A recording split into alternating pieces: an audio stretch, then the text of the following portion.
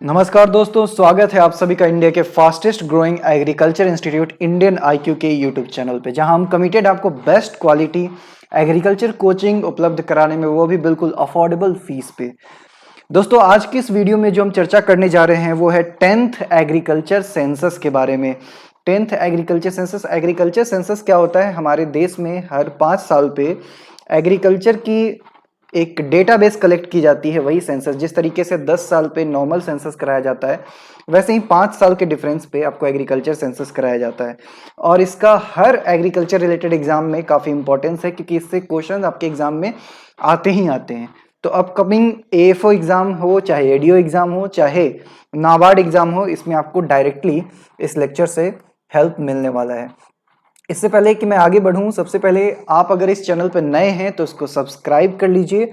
और 1 मिनट लेके उन बच्चों को इन्फॉर्म करना चाहूँगा जो आईबीपीएस एएफओ के बैच को ज्वाइन करना चाहते हैं या एडीओ के बैच को ज्वाइन करना चाहते हैं, उन लोगों को एक इन्फॉर्मेशन देना चाहता हूँ कि इंडियन आईक्यू का complete IBPS AFO nurture batch चलता है, जिसमें आपको सब कुछ अवेलेबल होता है 999 में।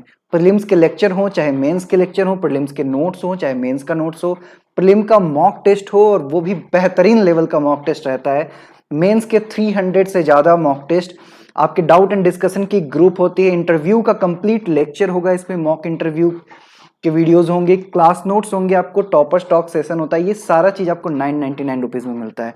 व्हाट्सएप पे यहाँ नंबर दिया हुआ है, इसके लिए आप हमें क्वेरी कर सकते हैं। डिस्क्रिप्शन और कमेंट में आपको लिंक भी प्रोवाइड कर दी जाएगी। वैसे ही हमारा हरियाणा एडीओ का भी बैच चल रहा है, उसका भी डिस्क्रिप्शन आपके स्क्रीन पे है।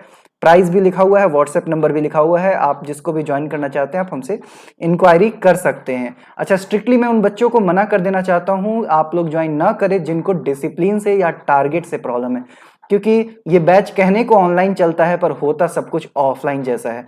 आपको स्ट्रिक्ट टारगेट्स दिए जाते हैं, गाइडलाइंस दी जाती है, उसके अकॉर्डिंग आपको काम करना होता है।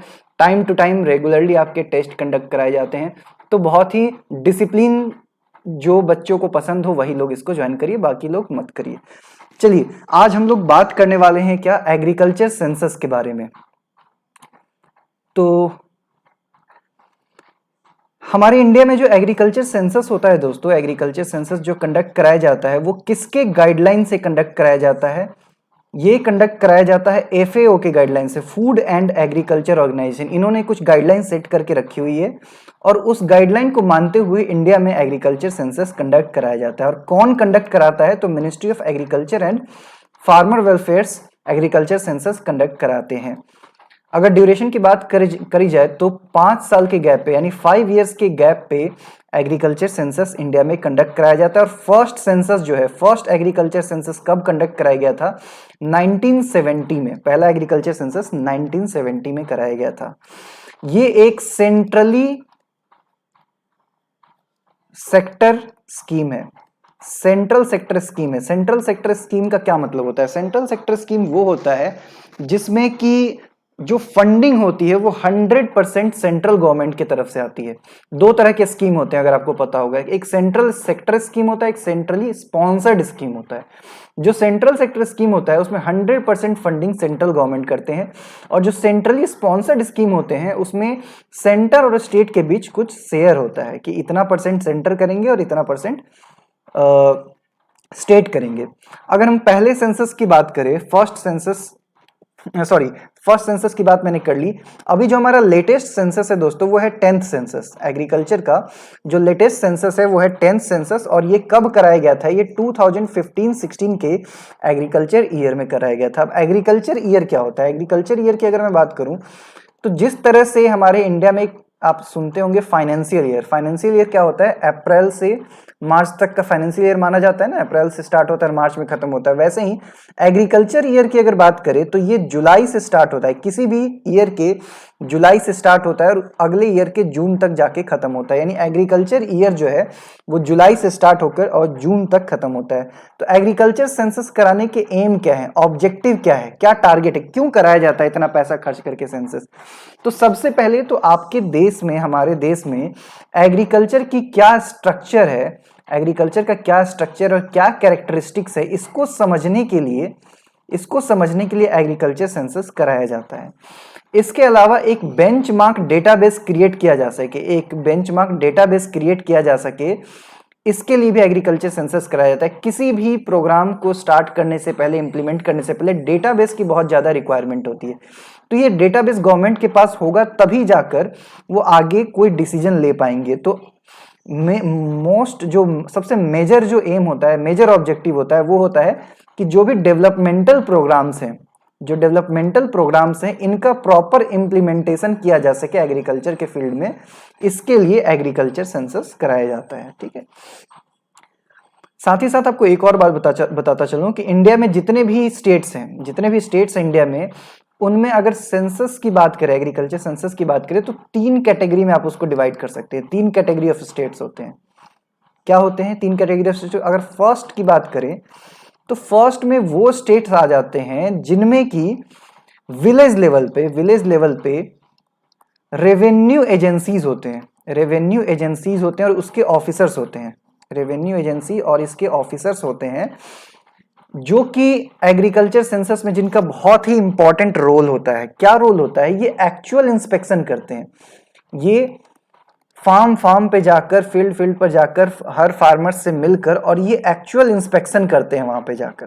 इसके बाद इनके पास एक स्टैंडर्ड डेटाबेस होता है, उसको ये फिल करते हैं। स्टैंडर्ड डेटाबेस होता है जिसको ये फिल करते हैं, और तब जाकर ये प्राइमरी डेटा कलेक्ट करके देते हैं, जिसको कि तहसील लेवल पे, सर्कल लेवल पे, ब्लॉक लेवल पे या डिस्ट्रिक्ट लेवल पे इसको एग्रीगेट किया जाता है। इस डेटा का फिर फर्दर एनालिसिस किया जाता है। तो इसमें कौन कौन से स्टेट आ जाते हैं? जैसे आपके यूपी हो गया, बिहार हो गया, एमपी हो गया। इन सब स्टेट में क्या है ना कि पंचायत लेवल पे आपको पंचायत सेक्रेटरी होंगे, पटवारी होंगे, इन सब के हेल्प से यहाँ पर एक्चुअल इंस्पेक्शन कराकर डेटा कलेक्ट किया जाता है। सेकेंड किस टाइप के स्टेट होते हैं? सेकेंड में आप क्या आ जाते हैं, जैसे वेस्ट बंगाल है, उड़ीसा है या केरल है।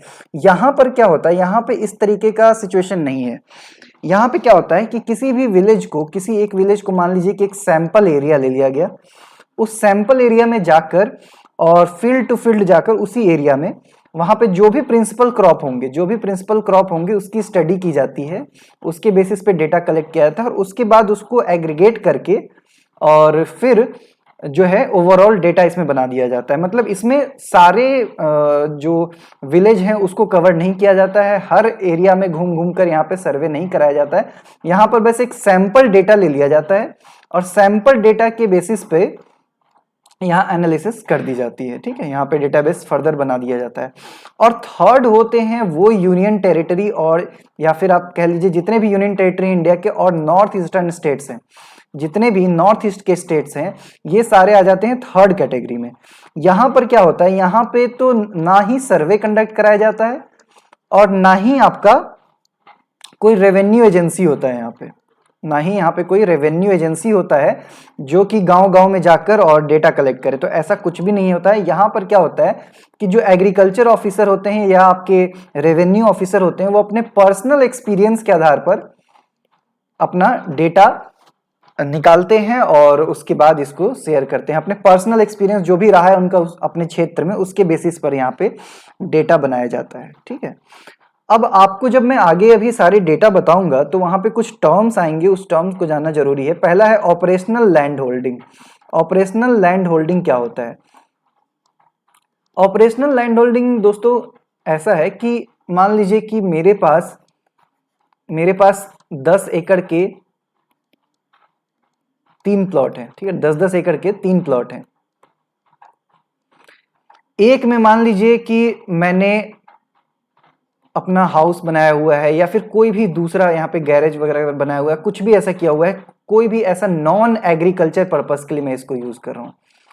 और बाकी के जो 2 मेरे फार्म है यहाँ पर, एक में मैं क्या कर रहा हूँ कि एक में मैं पोल्ट्री कर रहा हूँ या फिर साथ में मैं पिसिकल्चर वगैरह भी कर रहा हूँ, और एक में मैंने लाइव स्टॉक और एग्रीकल्चर के लिए इसको यूज किया हुआ है। तो लाइव स्टॉक और एग्रीकल्चर के लिए जो भी मैंने प्लॉट यूज किया हुआ है और पोल्ट्री पिसिकल्चर के लिए जो भी प्लॉट यूज किया हुआ है, ये ही मेरा ऑपरेशनल लैंड होल्डिंग होगा। 20 एकड़ ही मेरा ऑपरेशनल लैंड होल्डिंग होगा।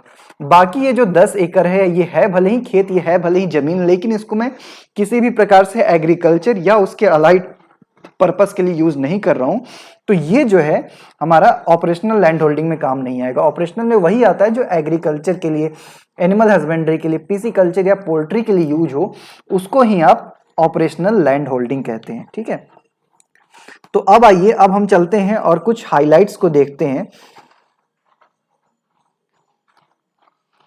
सबसे पहला इंपॉर्टेंट हाइलाइट, सबसे इंपॉर्टेंट हाइलाइट जो है वो ये है कि ऑपरेशनल होल्डिंग के नंबर्स की अगर बात करें, नंबर्स ऑफ ऑपरेशनल होल्डिंग की अगर बात करें, जैसे यहां पे पिछले स्लाइड में आपने देखा था कि यहां पर मेरे पास नंबर ऑफ ऑपरेशनल होल्डिंग कितने हैं, मेरे पास 2 हैं। नंबर ऑफ ऑपरेशनल होल्डिंग आप यहां पे देख रहे हैं कि मेरे पास 2 हैं। तो नंबर ऑफ ऑपरेशनल होल्डिंग की अगर बात करें तो इंडिया में total 146.45 million 146.45 million operational land holding है इंडिया में। Number of operational land holding India में कितने हैं, 146.45। ये सब आप अपने एक नोटबुक में नोट डाउन करते जाइए। ठीक है, अब अगर बात की जाए कि नंबर ऑफ ऑपरेशनल होल्डिंग में पिछले सेंसस के मुकाबले इस बार इंक्रीज कितना हुआ है, increase in number of operational holding कितना हुआ है, तो ये हुआ है 5.86%। अगर हम पिछले सेंसस के मुकाबले इस सेंसस में अगर कंपेयर करें तो नंबर ऑफ ऑपरेशनल होल्डिंग में इंक्रीज जो हुआ है वो 5.86% का इंक्रीज देखने को मिला है। ठीक है, अच्छा, इसके बाद बात करें कि total operated area, total operated area की बात अगर की जाए, मतलब कि जहां पे एग्रीकल्चर पर्पस के लिए जितने एरिया को यूज किया गया है पूरे इंडिया में, पूरे इंडिया में जितने भी खेत हैं जहां पे एग्रीकल्चर या अलाइड एक्टिविटीज चल रहे हैं, ये total operated area 157.14 million hectare है। 157.14 मिलियन हेक्टेयर है total operated India, total operated area India में। लेकिन आपको बता दूं कि टोटल ऑपरेटेड एरिया जो है वो प्रीवियस सेंसर की अगर बात करें, प्रीवियस सेंसर की अगर बात करें तो ये 159.59 था। इसको रिमेंबर करना याद नहीं है, रिमेंबर करना इंपॉर्टेंट नहीं है, बस ध्यान रखिएगा कि पिछले बार ये 159.59 था, लेकिन इस बार जो है वो total operated area 157.14 million hectare हो गया है। और ये साफ साफ दिख रहा है कि ये डिक्रीज हुआ है, ये डिक्रीज हुआ है। कितना डिक्रीज हुआ है, 1.5% का डिक्रीज यहां पे देखने को मिला है। कितने परसेंट का, 1.5% का डिक्रीज देखने को मिला है। कहने का मतलब है कि ऑपरेशनल होल्डिंग्स के नंबर जो है वो बढ़े हैं, मतलब लोगों के पास जो ऑपरेशनल होल्डिंग है वो ज्यादा हुआ है, लेकिन जो ऑपरेटेड एरिया है वो आप देख रहे हैं कि घट गया है। वो ऑपरेटेड एरिया जो है वो डिक्रीज हुआ है। तो ऑपरेटेड एरिया जब तक बढ़ा नहीं है और ऑपरेशनल होल्डिंग बढ़ रहा है, इसका मतलब है कि फ्रेगमेंटेशन जो हो रहा है लैंड का वो अभी भी काफी तेजी से हो रहा है। फ्रेगमेंटेशन जो है लैंड का, या आप यहां से एनालाइज कर सकते हैं कि वो काफी तेजी से हो रहा है। ठीक है, अच्छा, अब आइए अब कुछ और डेटा देख लेते हैं। अगर मैं बात करूं कि highest number of operational land holding आपको कहां देखने को मिला, highest number of operational land holding क्या मतलब है इसका, सबसे पहले बताइए। Highest number of operational land holding मतलब किस स्टेट में सबसे ज्यादा लैंड होल्डिंग लोगों के पास है, किस स्टेट में highest number of land holding है। तो इसमें है सबसे ज्यादा लैंड होल्डिंग जो है वो यूपी में लोगों के पास सबसे ज्यादा है, फिर बिहार में है और फिर महाराष्ट्र में है। महाराष्ट्र में है, मतलब कि यूपी के, बिहार के और महाराष्ट्र के लोगों के पास नंबर ऑफ ऑपरेशनल होल्डिंग्स जो हैं वो सबसे ज्यादा है। ध्यान रखिएगा, number of operational land holding इनके पास सबसे ज्यादा है। ठीक है, अच्छा, हाईएस्ट ऑपरेटेड एरिया की अगर बात की जाए, हाईएस्ट ऑपरेटेड एरिया की अगर बात की जाए तो यहां पर आप बताएं कि कहां पे सबसे ज्यादा है। इसका आंसर है राजस्थान, राजस्थान, महाराष्ट्र और यूपी। राजस्थान के बाद महाराष्ट्र, महाराष्ट्र के बाद यूपी, यानी सबसे ज्यादा ऑपरेशनल होल्डिंग का एरिया जो है वो आपको राजस्थान में देखने को मिलता है। इसके बाद जो है वो महाराष्ट्र में देखने को मिलता है और इसके बाद थर्ड नंबर पे जो है वो यूपी में देखने को मिलता है। अच्छा, इंक्रीज की अगर बात करें कि हाईएस्ट इंक्रीज इन होल्डिंग, मतलब कि लोगों के पास पहले जितनी जमीन थी, जितने खेत थे एग्रीकल्चर पर्पस के लिए, उसमें सबसे ज्यादा इंक्रीज जो है वो किस स्टेट में देखने को मिला है? तो सबसे ज्यादा जो इंक्रीज हुआ है वो एमपी में देखने को मिला है, इसके बाद आंध्र प्रदेश में देखने को मिला है, और इसके बाद जो है वो महाराष्ट्र में देखने को मिला है। तो हाईएस्ट इंक्रीज इन होल्डिंग की अगर बात करें तो महाराष्ट्र के बाद एमपी के बाद आंध्र प्रदेश, और आंध्र प्रदेश के बाद महाराष्ट्र है। ठीक है, अब इसके बाद देखेंगे कि increase in number of holding, या फिर ध्यान दीजिएगा नंबर ऑफ होल्डिंग्स, मतलब पहले लोगों के पास जितने नंबर ऑफ जमीन थे, इसके बाद अब जो इस सेंसस में जमीन हुए हैं, इस मामले में अगर देखें तो सबसे ज्यादा इंक्रीज कहां देखने को मिला है? तो इसका भी आंसर है एमपी, देन आंध्र प्रदेश, और यहां पे फिर उसके बाद राजस्थान आ जाता है। तो यहां पे आप देखेंगे कि थर्ड नंबर पे सिर्फ महाराष्ट्र और राजस्थान में अंतर है, बाकी एमपी और आंध्र प्रदेश दोनों फर्स्ट और सेकंड प्लेस पे है, अगर हम इंक्रीज इन होल्डिंग की बात करें और increase in number of holding की बात करें।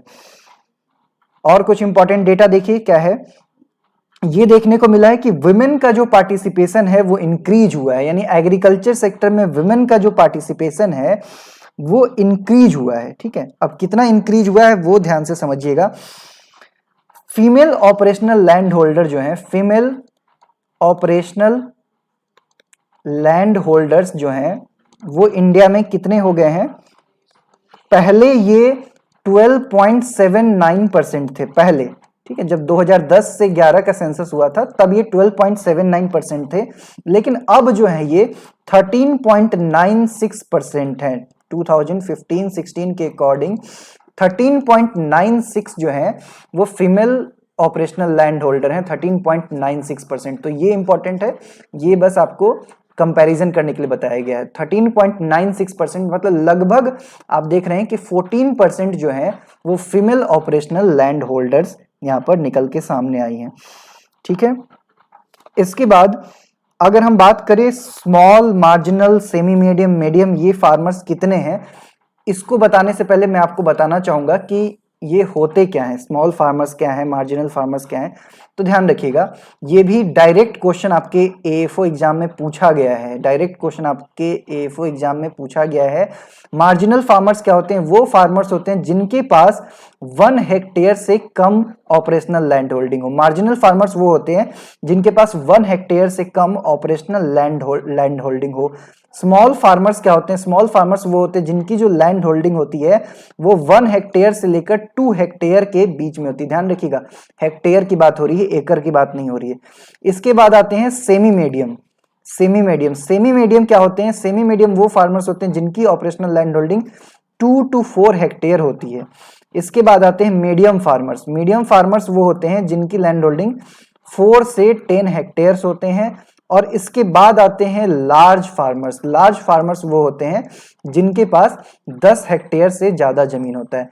तो ये तो सिंपल है कि 10 हेक्टेयर से ज्यादा होगा तो लार्ज फार्मर हो जाएंगे, 1 हेक्टेयर से अगर कम होता है तो ये मार्जिनल फार्मर्स हो जाते हैं, और 1 से 2 के बीच में आता है तो उनको स्मॉल माना जाता है। और सेमी मीडियम क्या है? 2 से 4, और मीडियम जो है वो आपके 4 से 10 हेक्टेयर वाले फार्मर्स होते हैं।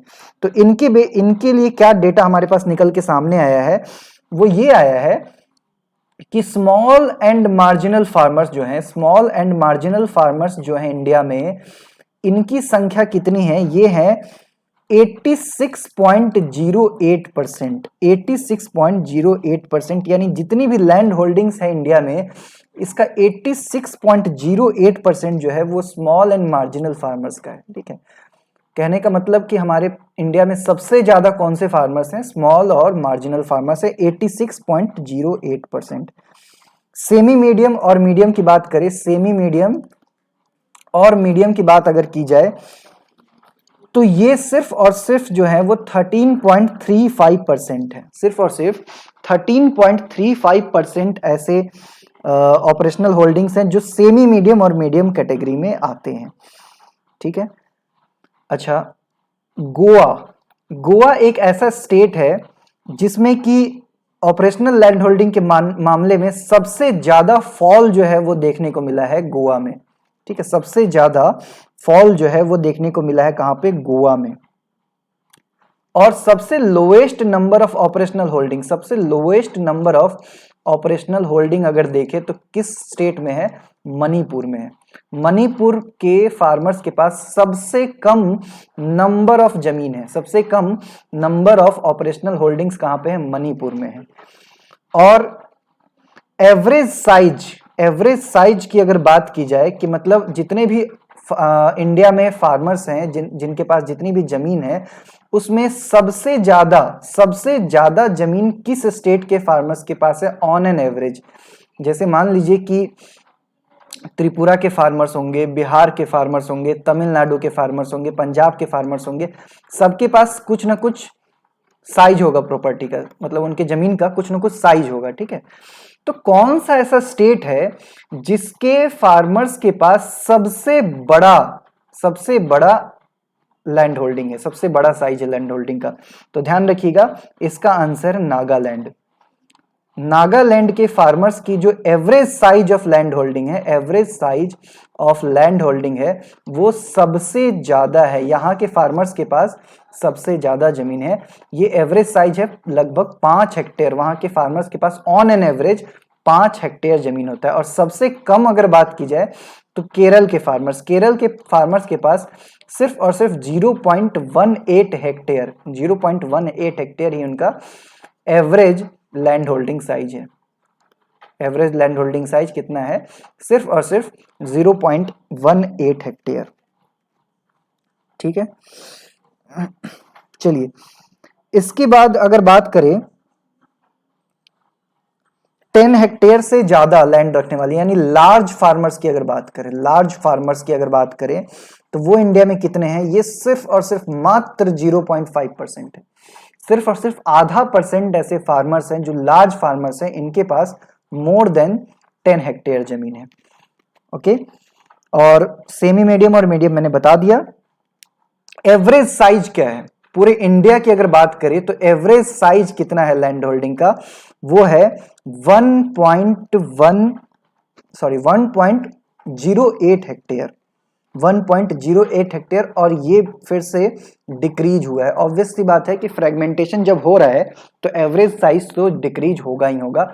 अभी इंडिया में ऑन एन एवरेज अगर देखा जाए तो फार्मर्स के पास सिर्फ और सिर्फ 1.08 हेक्टेयर उनके पास लैंड होल्डिंग है। तो दोस्तों, ये कुछ इंपॉर्टेंट पॉइंट्स थे जो आपके एग्रीकल्चर सेंसस से रिलेटेड थे। इन सारे पॉइंट्स को आप अपने नोटबुक में नोट डाउन करिए और इसको बार बार रिवाइज करिए और एग्जाम से पहले भी इसको देख कर जाइएगा। चैनल पे नए हैं तो इसको सब्सक्राइब कर लीजिए, वीडियो को लाइक और शेयर जरूर करिएगा। इस तरीके के बहुत सारे इंपॉर्टेंट अपडेट्स आपको इस चैनल पर मिलने वाले हैं।